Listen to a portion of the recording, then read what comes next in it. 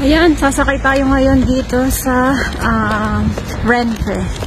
Sa mga pupunta dito, narito na sa Madrid, Spain.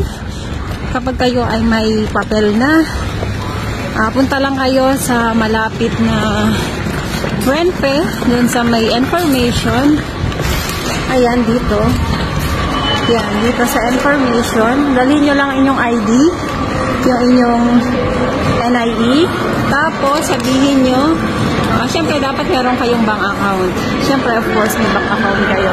Ayan, kasi sabihin nyo lang kung long distance or short distance yung travel nyo.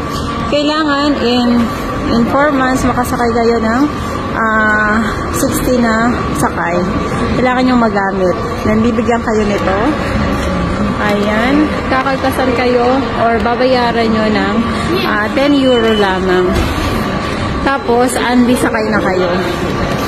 Ayan. Tapos sa kagandahan dito, i-re-refund sa inyo yung inyong binayad na 10 euro. Kaya ganun kaganda dito sa Spain. Libre kang makakasakay. Imagine, 4 months, pwede kang makasakay ng only. Kahit saan, basta, depende sa pipiliin mo. Kung short distance ka lang.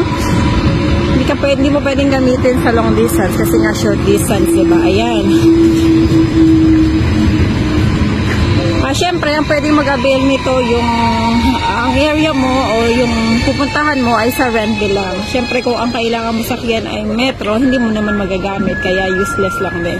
Ito ay para sa mga pwedeng makasakay ng Renfe, halimbawa Honda, Delicious, or whatever, kung saan mang destination yung merong Renfe sa area nyo, kung saan kayo nakatira, depende. Pero kung nasa Central of Madrid kayo, walang Renfe, pero pwede ito hanggang Sol, halimbawa, if ever. Kasi may Renfe sa Sol, sa Plaza, Chamartin, yan meron. Ayan, kaya kung sino sa inyo, madali lang, punta lang ng information at sabihin na gusto mong mag-avail. Pag malapitan, Sir Canillas ang tawag. Ayan. Okay, sana may natutunan kayo sa video na to.